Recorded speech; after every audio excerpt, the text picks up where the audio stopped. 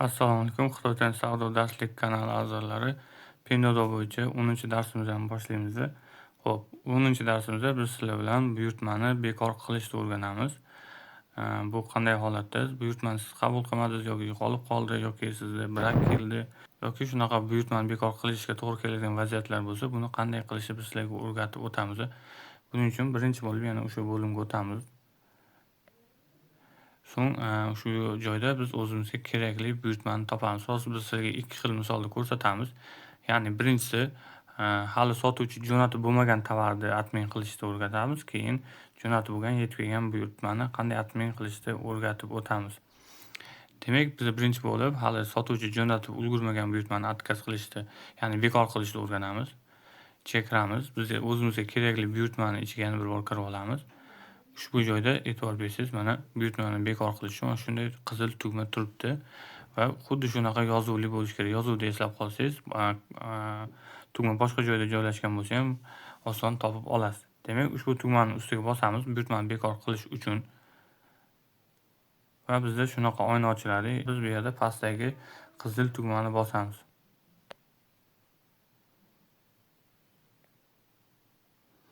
Va ko'rganingizdek buyurtmamiz allaqachon bekor qilindi.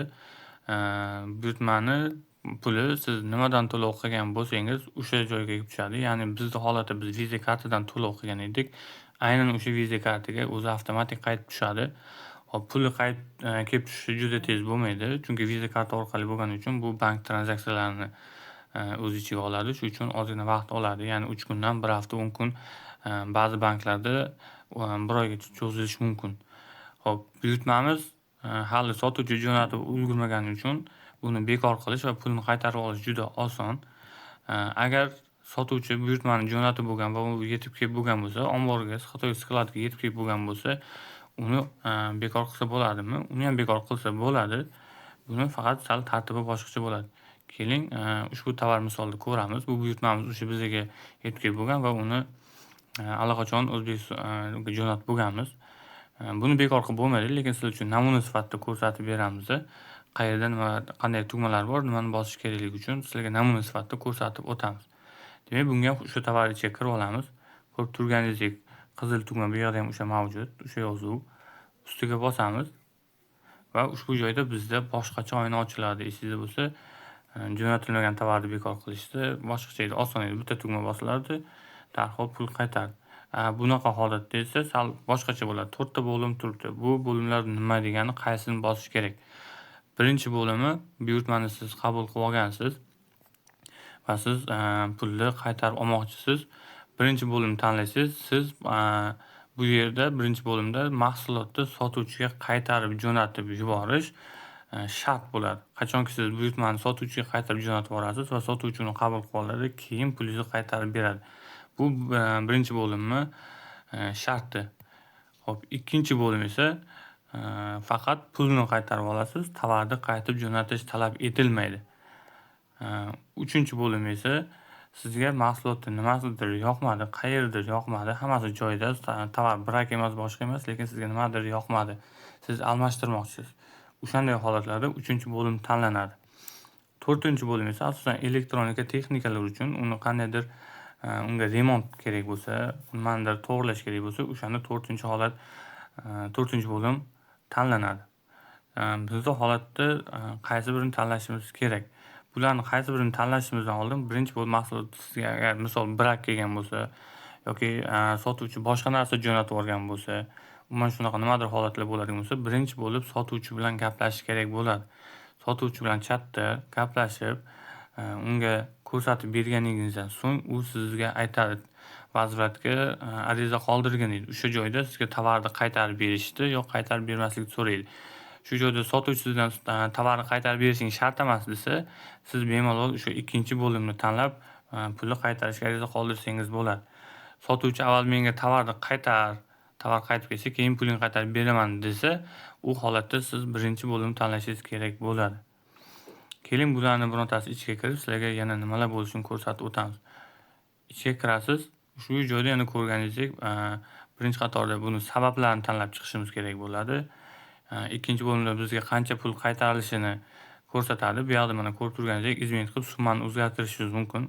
Ya'ni sotuvchi bilan kelishganingizda u yarim pulni qaytarib beraman degan bo'lsa, ushbu qalamchani bosib summani kamaytirsangiz bo'ladi yarim pulga. Keyingi bu yog'iga qaytarishingizda sababini yozasiz. Nima sababdan yoki nima sizda kamchilik chiqdi, o'shaning sababini yozasiz va rasmlarni biriktirishingiz mumkin bo'ladi. Demak, keling birinchi qatorda nimalar yozilgan.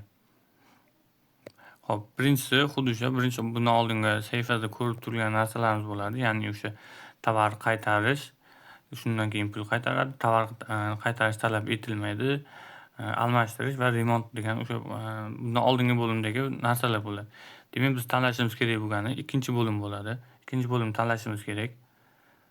Xo'p, ushbu joyda bizdan buyurtma yetkazilgan yoki yetkazilmaganligini tanlang dedi.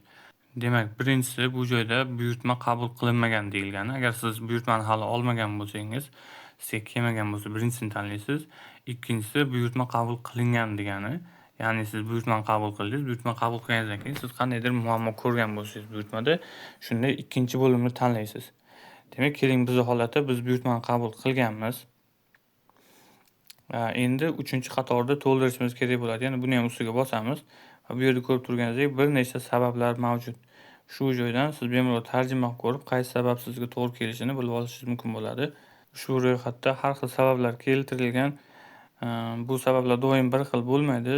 Tovaringizga qarab bu yerda sabablar o'zgarib turadi. Shu yerda siz tarjima qilib ko'rib, o'zingizga to'g'ri kelgan sababni tanlashingiz kerak bo'ladi.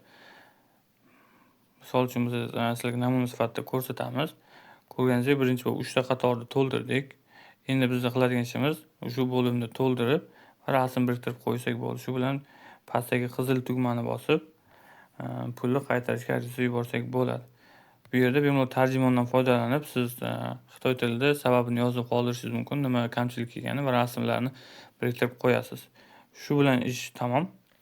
Pastdagi qizil tugmani bossangiz, sizga pul qaytarish arizasi yuboriladi va u sotuvchi tomonidan ko'rib chiqib tasdiqlanadi va sizga yana o'sha pulingiz qaytariladi. Bundan oldin aytib o'tganimizdek, pul sizni nimadan to'lov qilgan bo'lsangiz, o'sha joyga kelib tushadi.